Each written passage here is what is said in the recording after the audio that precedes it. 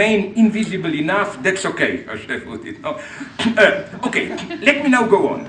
So this is the general formula where I see ideology, but let's make now a step further. Which are the two basic modes today of ideological mystification, which I claim collaborate, in the sense of they interact, and the way ideology functions today with combination of these two procedures. Let me simplify to the utmost. It's the liberal democratic mystification and the fascist mystification. The formula of liberal democratic mystification, to make it as simple as clear as possible, is the logic of false universality.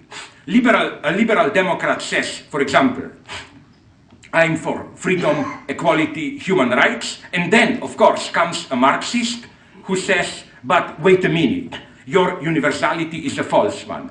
You claim human rights, but when one looks more closely at it, we see that your human rights, which pretend to be universal, effectively privilege, I don't know, white males, people of certain education standard, and so on and so on. So, we are here dealing with false universality. The ideological secret is that this universality, which presents itself as truly universal, all people have human rights and so on, has a catch beneath.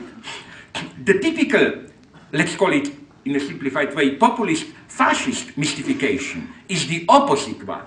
There, the immediate target is usually a racist one. Let's take the clear example, the Jews. What do you do there?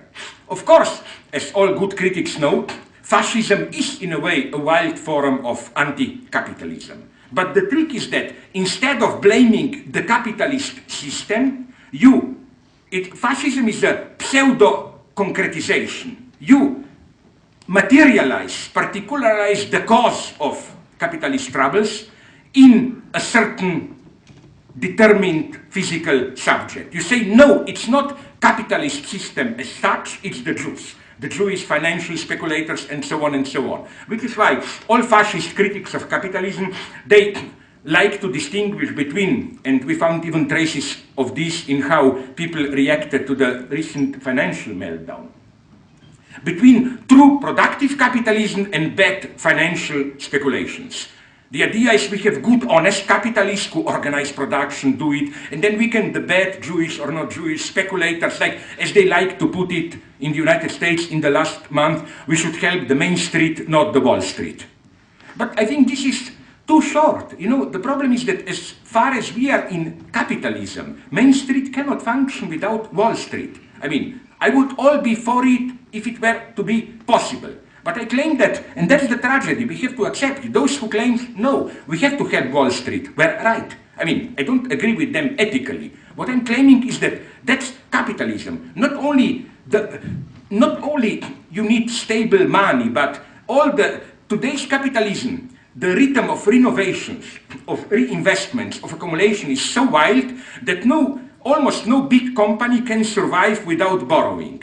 You cannot simply reproduce fast enough by reinvesting profits. You have to borrow, which means you need Wall Street. If the credit system collapses, everything is over. Okay, so let me stick to the main point. So what is the difference here? The difference is a very interesting one. The difference is in the first case, liberal democratic mystification. We have, let's put it in very naive terms, a good, acceptable surface who wouldn't agree with equality, freedom, but the secret is the mystification, no? The guy says freedom, equality, we all agree. What we don't agree are the concrete implications of how he means it. But why do you then really exclude women, primitives, whatever? In the second case, it's the opposite. The true target is, let's say, if you are a leftist, correct. But the problem is the surface. Like, the guy says, kill the Jews, expel the Jews. Here the mystification is, but your true target should be capitalists. That's the true target. Why do you mystify the target? Now what is difficult here? And this explains populism. The strengths of populism. The difficulty is that it's, and I could go into clinical reasoning here, the difference between symptom and fetish. I don't have time here now. It's that in contrast to what we may think, the first mystification is much more easy to undermine than the second one. That is to say, when you are dealing with, let me call it naively, an honest liberal, and you tell him, listen, you are preaching equality and so on, but it's not real equality. Usually a liberal, you can debate with him. He will say, my God, maybe you are right. But and then the excuses are, okay, we should be realists, we cannot do it all now, but at least he accepts your argumentation. While I claim it's practically impossible, and it's also empirically confirmed, to convince, for example, a fascist subject, listen, why do you hate Jews? Don't you know that a Jew is just a metaphor, that your true enemy is capitalism? It never works. This defetishization, which is why, if you want to put it in empirical terms, as we all know, in the moments of crisis, like in Germany in the 30s, even in France in the 60s, 70s, many workers converted to extreme right. Many ex-communist voters are now Le Pen Front National, National Front workers. But you almost never hear of the opposite conversion. It's much easier to convert, unfortunately, communists to fascists than fascists into communists. What is the concrete consequence of this? A very sad political one. Now I'm approaching an even more touchy topic, anti-Semitism and so on. I think that now that we are dealing with anti-Zionist resistance, and I totally agree with it. I mean, Israel should be opposed on the West Bank and so on and so on.